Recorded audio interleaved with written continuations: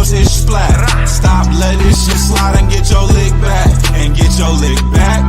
Get your lick back. If a nigga owe you something, ain't no chit chat. Better stay up out the way, don't get your shit splat. Stop, let this shit slide and get your lick back. And get your lick back. I feel like I'm JX. J-Way. I'm a perfectionist. Adderall got me restless. I'm gone. Run with a wild crew, they get reckless. Young boy, come up off that neck. Give me to the trends. See a lead, be the band. Good afternoon, and welcome to another episode of Corner to Copa. As promised, we were going to come back with some reactions to our final roster, and I don't think we have an official announcement, but we do have some more information to announce. The biggest one being the biggest one being they're excited too. They're pumped up too. But the biggest announcement being that Kevin McGonigal has made the opening roster. He's been getting a lot of playing time. He's been playing all over the infield. He had a hit last night. Just professional at bats. He's had more walks than strikeouts. Pretty much did everything that they could have asked him to do. And AJ Hinch says that we're trying to win a World Series, and Kevin McGonigal is somebody that can help us get to that point. So that's what I want to hear. But what are your reactions? Are you surprised that he's made the final roster? I mean, everything was pointing to that happening. He's just everyone else too with the struggles they've had that we noted Sunday as well. And given the power that he does bring, although it might not be, given his size, he might not be a 30 and 100 kind of guy.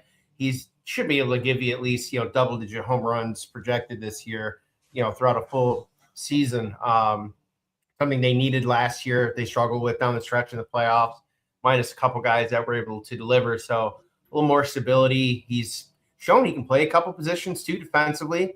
Made some nice plays. So I'm not gonna say he's gonna be a Gold Glover, but it'll be an overall help nonetheless. So I want to temper expectations. I know we've been riding the high of some of these prospects since probably the middle of the summer last year when the first of a few promotions came through the pipeline with him and Max, and both Maxes, I should say.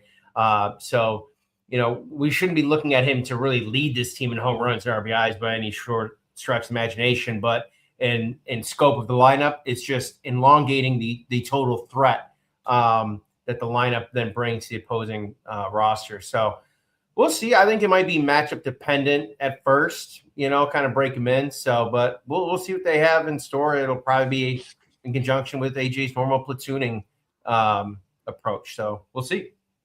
All right, so I got to put you on the spot. We know now that he's going to make the 26-man roster, which means that he'll be dressed and ready to go. Do you think he plays in the very first opening day game, or do you think he starts in the first opening day game? I think he's answered the bell this spring. He's played amongst the most in terms of at-bats, and he hasn't he's done well. He's held his own. Again, there's some guys that he's faced, I'm sure, are minor league guys, so you take that with a little bit of grain of salt, but you can't also just totally discredit the bulk of what he's done. He's kind of carried over from last year's rise and improved success into this spring, and he just kind of puts his head down and just goes out there and plays. So he's had a lot of support audibly from his teammates and press conferences and interviews. So where he bats in the lineup, I'm guessing it'll probably be somewhere around the lower end, kind of by the 6-7 spot in there, just kind of take some pressure off. But yeah, I think the rest of it will be dependent on what pitcher's going for guys like Parker and Javi and Vierling, guys like that kind of might shift his spot. I could see him anywhere between 1-2 and all the way down as maybe 6-7. Oh my God, I can't believe I said that. So, we'll see somewhere in that spot, but certainly not 3 through 5. I think those spots are pretty much spoken for between Carpenter, Torkelson, and Riley Green for the most part. So more of a complementary role to kind of ease him into it. Yeah, I mean, he's handled it all he's handled it all really well. I mean, obviously, it's been the hot topic, especially after he hit that first home run against the exhibition, against the Dominican team, who I think it was Luis Severino. So we know that's one major league pitcher that he's had some success against. But Nick Pivetta is the opening day starter for the Padres, so that is a right-handed pitcher. So there's an opportunity there. Maybe he's the starting short. Maybe you'd be the starting shortstop. It's tough to say, but it's obviously between shortstop and third base, I would think, because Glaber should be ready. He played yesterday, so we will see. In any event, we'll get plenty of opportunities, even if it's not in a starting situation. I'm sure that he'll be off the bench in some capacity. So exciting stuff. Scott Harris, you gotta give some credit to Scott Harris and AJ Hinch for pulling the trigger, because I think a lot of us probably wouldn't have been. I mean, obviously it wouldn't have been the exciting decision, but I think a lot of us were at peace with the manipulation of the whatever they call that. I always want to say assignment manipulation, but yeah, we were at peace with him starting in AAA. But I think they understand that he brings a lot of things to the table that we need as far as professional at bats, contact hitter, defense. I think his defense has pretty much solidified anything that they could have questioned. If he had came out there and he was booting the ball around at third and shortstop, there would have been an excuse, a preliminary excuse. But just the fact that he's been so good and seamlessly turning double plays with the vets like Baez and Torres, I mean, he pretty much covered all bases. But that's the news about Kevin McGonigal. But speaking of young rising stars, I don't think we had an opportunity to talk about the spring breakout game, which the Tigers did keep a lot of their young players, such as Max Anderson and Kevin McGonigal, for obvious reasons. They didn't play in the game. So what did you who were the standouts in that spring breakout game from last Saturday, I believe, Friday or Saturday? Yeah, so it was a fairly higher scoring game. Guys like Max Clark, 1 for 3 RBI and a walk. Bryce Renier, decent showing, 1 for 2 with a walk, runs RBI driven in. Valencia was 0 for 4, but did score. We're not really too concerned about him. Pacheco played third, was 2 for 3 with a run and RBI driven in. And Yost, who hit that pretty personal moment, memory core moment for him, grand slam the other day, went 1 for 3 with an RBI and a run scored as well. I don't really think we had anyone on the pitching side that we were really, keying in on for this year to track for progression. Fairly decent up and down the lineup, nothing crazy, but Renier in 3 at-bats had a 1.167 OPS. Callahan, crazy, went 1 for 1 with a walk or run and RBI driven in, but he also had 3 walks. So he had an 1,800 OPS in there. So, some decent numbers put up here. I know some of these guys you've been, especially Pacheco more recently in the back end of last year, you've done a very good job of putting him onto the new front burner for the next round of prospects coming up now that Detroit's been plucking some of the better ones over the last 18 months up. So, so we'll see. I think it'll be interesting to see how they kind of behind the scenes start to replenish that farm system, because obviously we've fallen out of the top 10 considerably now that we've taken guys like Job, Dingler. These guys are no longer technically prospects, and once we call up he's called up McGonigal, that will also take a hit to the overall rating, if you will. So Harris now has to kind of redo that cycle after he spent the first 2 years kind of really propping it up. Very nice for them. Yep, you took the topic right from me as far as Isaac Pacheco. I'm actually surprised that he didn't get any looks in the spring training, but it was good to see him get an opportunity in that spring breakout game. If you're watching on the visual side, that's our first look at Chris Rodriguez, who was I think he was 16 or 17 when he got drafted. He was our international signing, but it appears that he's already put on some size and definitely, flashed some power in the game. This is his first look at the stateside because he played in the Dominican last year. So I think he'll be playing with the Flying Tigers in low single A. So that's encouraging that he's progressing. But yeah, when you talk about guys that are likely to start boosting up our prospect rating now is a now healthy Bryce Ranier, because Kevin McGonigal will likely fall off that list, getting plenty of service time. That's the word I was looking for, service time manipulation at the major league level right out the gate. So that's what all the takeaways from the spring breakout game. Let's get to our first and only break and then talk about the rest of the roster moves.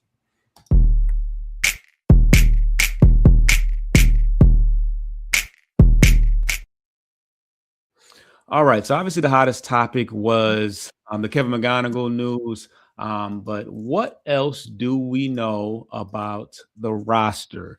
For one, I think Emmanuel De Jesus' agent has come out and confirmed that he's made the 26-man roster, which there's no surprise there. I think that he actually had a short appearance and got a hold last night, but I think he ultimately ended the spring training without giving up a single run, which is really encouraging for us. But staying on the bullpen and pitching side of things, we did get some bad news about Beau Brieske. Do you know what his injury was? It was an oblique strain. I think it got reported like a week or two ago, and they said they would reevaluate. Now I feel like every time I hear them use that term, it's only been associated with guys who it ends up being the worst of the worst case. So like Job and some of those other guys, so you hear that Melton, now, it's like same thing. Yep. SGL technically too has been under this, been concerned whether he's been ready or not. And they already said he probably won't. But I mean, at this point, he missed a chunk last year too. It's like at some point, they say your best currency is availability. And if you're not available, guy's going to pass you just naturally. But so it looks like it's going to come down to Brent Herter and Brian Hanafy for the who does and then does not make it, with De Jesus being announced that he is making it, which well earned by him. And then in a very interesting move with the Beau Brieske news, they signed recent Blue Jays DFA'd Chris Seabold to a veteran minimum $800,000 contract, who will be on the opening day roster as well. So I think the interesting part in terms of the final roster will be who gets cut for McGonigal, essentially. So, because you now have 41 guys listed. So it won't be someone just going down. It'll most likely be someone that either doesn't have any options, or if they do, it's just they've performed at the very lowest output of everyone else that they have available to cut, because it will be someone they have to DFA permanently going forward to make room. Yep, and just to give you guys some context on Connor Seabold, he was actually in camp with Toronto and exercised his exit clause for not making the team, similar to what happened with Austin Slater. So he's a veteran. He doesn't have a lot of major league experience from what I can see, but he's 30 years old, so he's certainly been around. I think there were I think AJ Hinch did make some type of statement about him, but I wasn't able to find it. But so he's going to make the team outright. And they said he had 13 strikeouts in 6 2/3 innings. And he will not be able to be sent back down to the minors without being exposed to waivers. So I don't know how hot of a commodity he is, and who would necessarily jump on the opportunity of scooping him up. But as far as his major league experience, it's not hot. 4.35 ERA last year and 7 games, 7.52, 11.29. So You know, we struck gold with Drew Anderson, and that was kind of a head scratcher for us. But AJ's not above making some not so great decisions. I mean, because it kind of reminds me of Brebbia. I can't remember his first name, but he's somebody. Brebbia. Yeah, he's somebody that we picked up towards the end of spring training, and it wasn't a favorable acquisition, but we'll try it again. Obviously, they didn't have confidence in on the other guys that were already on the 40-man roster, because obviously this was a corresponding move to the Bo Brisky situation. But yeah, in all fairness too, but the other guys that we've noted are mostly starters, right? Melton, Anderson, Montero for the most part, I know, but he was a long relief 3, 4, 5 innings last year. And I know they're trying to aim Kiter to be a backup starter, considering the depth that we've lost have been mostly starters. So this kind of makes sense. Harris going back to the Kmart blue light special bin. But, you got to imagine one of these, law of edge tell you one of these has to hit, even if it's just mediocre. And I think that's all we're really asking for. Just get us through, nothing crazy, and then, get some guys back hopefully midway through the year. And Connor pitched last night as well. I think he pitched a clean outing last night, so they didn't waste any time throwing him right into the fire. So outside of that, the other guys optioned to AAA, most notably, is Wenceel Perez, Jace Young, Trey Cruz, Max Anderson, John Peck, Tomas Nido, Gunther, Ricky Vanasco, and Birch Smith. No big surprises there. I mean, Young had a damn good spring training, but there wasn't a lot of options for him. Obviously, I guess you can say he was competing with McGonigal for one of the infield spots, as well as Colt Keith, who I don't think either one of us anticipated him, being overtook by Jace Young. But we talked about Wenceel Perez, didn't have a good spring training at all. I want to say he's is it possible that no. Oh no, yeah. So he's actually playing right now. He's already been, even though he's gonna be sent to AAA, he's actually still in the lineup today. So with this one being our last exhibition game, he'll report to Toledo. But definitely had a rough spring. He had a good opportunity to make the team, but so I guess pretty much are there any other? Well, you said Herder and Hannafy competing for one of the last spots, possibly. We don't. I don't think we know that for certain, but that's the speculation right now.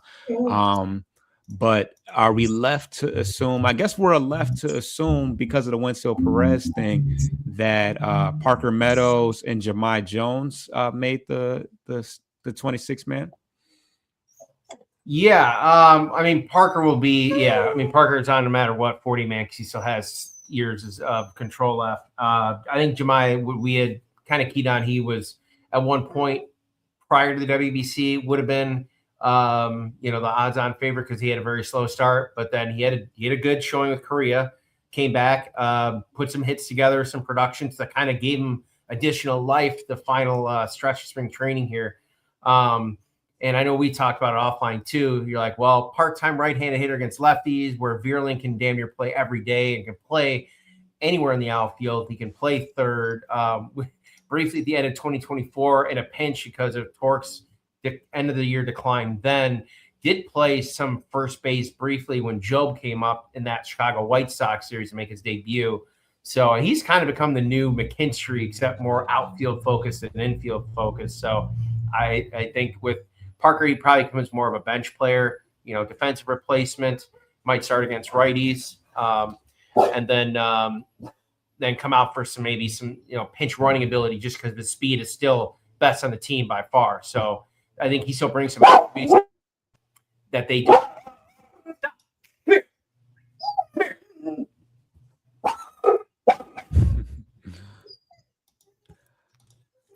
So yeah,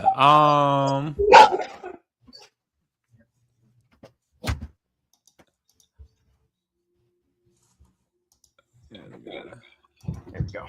Curtis Knight says Tigers, let's effing go. Yeah, that's the way I feel.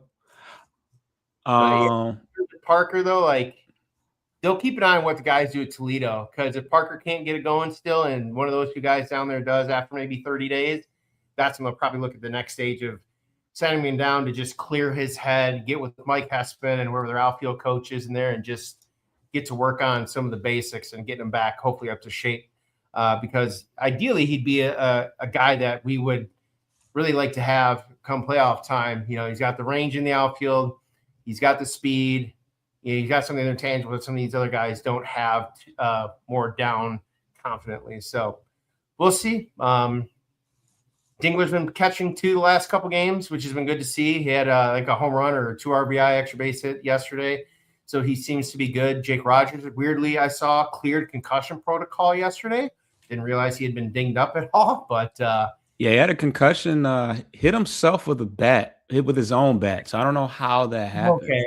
Yeah. It was, I don't know if BP, wasn't it? Like I thought it was BP or something. Yeah. It wasn't a live game. I don't know if he just tossed it or if he lost it. And I don't know how a bat, I guess you could maybe lose it. And I don't know, but that couldn't have felt good. Scherzer was bunting in the cage and came back and popped him in the face and like destroyed, like it cracked part of his. The ball did or the bat did? Well, he tried to bunt and the ball came back up his bat and popped him right in the face. But that could happen in the cage. I mean, I've seen it even in high school where your bat's that far out in front of the ball and the ball still has to come backwards if you don't put it out in play. So you potentially could put yourself right at risk, even if you got a helmet on. But that's good. He cleared, so he's ready. Lord knows we don't need another weird injury at this point in time. We're dealing enough as it is. But yeah, I think to your bullpen point, Herder and Hannafy will be the guys duking it out for the last spot. But again, that bullpen's going to be, it looks rock solid. I think out of any of the portion, positional players, rotation, and bullpen, their bullpen is rip roaring and really ready to go. So now it's about the offense, giving them enough runs in the lead and locking it down.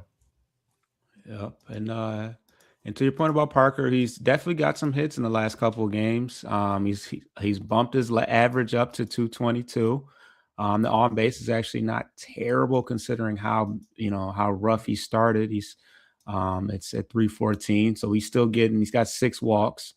So he's getting on base, striking out a lot, but taking his walks as well. He's got three stolen bases, so he's still showing you the different elements that he can help, and that's not even talking about how good he is defensively. So I don't want to say he has a short leash, but they'll definitely be keeping an eye on not just him, but some of the other guys in the minor leagues.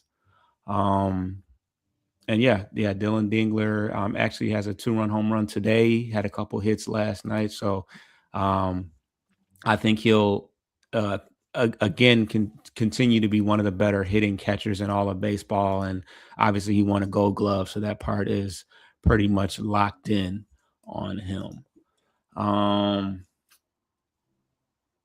So let me throw this at you real quick. Now that we kind of know what the roster looks like, if there was, because let's be honest, I think the pitching in both aspects there's almost no weakness, almost. That aside, if there was a position that they were going to look at getting some additional help by the deadline, position-wise, which one do you think we'd be looking at potentially?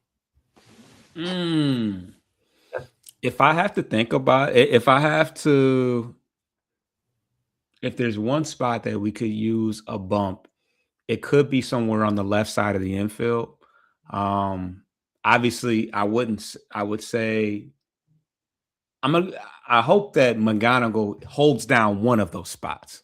Yeah. So maybe it's third base because McGonigal's playing short, or maybe it's short because McGonigal can play third. Whatever one is easier to obtain, probably third base because shortstop is a premium position. People don't just let that fly. So, I would say you know, I can anticipate that Javi will not have another All-Star season, and that, you know, we could use some, and with there only being Sweeney, Hayu Lee, or, you know, we don't have any guys that we can really depend on, you know, outside of McGonigal, assuming that Javi, you know, doesn't pan out. So yeah, I think it's somewhere on that left side of the infield. I'm hoping that Torres can hold it down, and that Torque, you know, can have another, you know, serviceable year, somewhere around 25 to 30 home runs, and, you know, better splits with runners in scoring position. And then we just have so many outfielders that maybe the center field, you know, I don't know. Yeah. So now, in that thought, do you think Javi potentially becomes the one that gets shipped out? Because you mentioned the two positions he plays the most of, actually three if you want to count third. I mean, Cole Keith, I think, is a name that's been out there, but it's like, well, he would be your immediate replacement at second base next year when Glaber's gone, because I swear to God, if he gives him another $20 million qualifying offer, and he comes out to his value projected like 11 million, I'm going to lose my mind again. can you do that again? I mean, I'd have to double check, but I mean, it wouldn't. At this rate, Scott Harris doesn't cease to surprise me. He does weird things like this. So, yeah, because if it's Colt going out, then you really don't have a second baseman going forward, because you look down the depth chart, it would most likely be Max Anderson. But that's another guy you'd have to purchase a contract and you know, make him a major league player again. So I'm kind of going back to the part of like, right, well, you know, McKinstry doesn't hold too much value. Baez getting paid still a decent amount, but I think he's got 2 years left, so it makes it a little more attractable potentially. And his flexibility now on defense gives him a little more dynamic and usability in that regard. So kind of interesting to see who we would think would go on the way out if we were to bring in a spot on that left side infield, as you mentioned at the deadline. That's a good point. I didn't even think about Cole. I didn't even mention Cole Keith or McKinstry, because those are obviously, Cole Keith is actually the starting third baseman. So I think that the guy that has the most value would be Cole Keith, just because he has the most years, you know, secured. So he's got some value. You know, he's young. He can play a couple different positions, and he's under contract for a significant period of time. Javi, I don't know if Javi's struggling, I don't know what value he has at the money he's making. So maybe McKinstry would have a little bit of value, but yeah, I think, yeah, if there was ever a spot to that we may need to strengthen, it's either probably either center field or third base. But yeah, I think we pretty much covered everything. Is there anything I missed, or anything that we need to touch on before we get up out of here? Not really. I think you know, I think another last dark name for that move, if he does start to improve in Toledo, just because of the gluttony that we have of outfielders, and again, control, would bring in someone a bit qualified or a little more seasoned, probably to help out, would be Perez, with his ability to switch hit. I think it'd be, you know, and we've got other outfielders down the farm system that are progressing. So we're in that awkward position again with Sweeney the last year. Like, you know, we had McGonigal, we had Max Anderson, guys, and Renier, who we totally didn't talk about after his devastating shoulder injury the first, 60 days last year.